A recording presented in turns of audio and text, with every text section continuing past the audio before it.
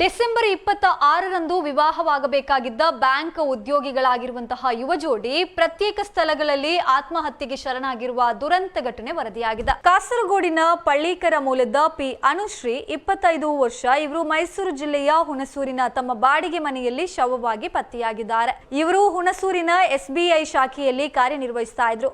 ಈ ಘಟನೆ ನಡೆದ ಕೆಲವೇ ಗಂಟೆಗಳಲ್ಲಿ ಅಂದ್ರೆ ಬೆಳಿಗ್ಗೆ 10 ಗಂಟೆಗೆ ಸುಮಾರಿಗೆ ಅನುಶ್ರೀ ಅವರ ನಿಶ್ಚಿತಾರ್ಥವಾಗಿರುವಂತಹ ಯುವಕ ಕಣ್ಣೂರು ಮೂಲದ V Amal ಕೊಚ್ಚಿಯ Ernakulam north railway ನಿಲ್ದಾಣದ ಬಳಿಯ ಹೋಟೆಲ್ ಕೊಠಡಿಯಲ್ಲಿ ಶವವಾಗಿ ಪತ್ತೆಯಾಗಿದ್ದಾರೆ.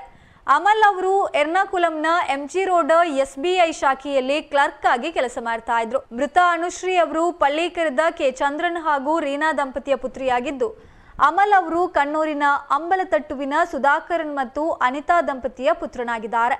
ಇತ್ತೀಚೆಗಷ್ಟೇ ಇಬ್ಬರ ನಿಶ್ಚಿತಾರ್ಥ ನೆರವೇರಿತು. ಕಳೆದ ಶನಿವಾರವಷ್ಟೇ ಇಬ್ಬರು ಕಾಸರಗೋಡಿನ ಮನೆಗೆ ಬಂದು ಭಾನುವಾರ ಸಂಜೆ ವಾಪಸ್ ತೆರಳಿದ್ರು ಎಂದು ಸ್ಥಳೀಯರು ತಿಳಿಸಿದ್ದಾರೆ. ಸ್ನೇಹಿತ ಶಾಯೋನ್ ನೀಡಿದ ಮಾಹಿತಿ ಮೇರೆಗೆ ಎರ್ನಾಕುಲಂ ಟೌನ್ ನಾರ್ತ್ ಪೊಲೀಸರು ಹೋಟೆಲ್ಗೆ ತಲುಪಿ ಪರಿಶೀಲನೆ ನಡೆಸಿದ್ದಾರೆ. ಇತ್ತ ಹುಣಸೂರು ಪೊಲೀಸರು ಅನುಶ್ರೀ ಅವರ ಸಾವಿನ ಹಿಂದಿರುವ ಕಾರಣಗಳ ಕುರಿತು ತನಿಖೆ ಕೈಗೊಂಡಿದ್ದಾರೆ.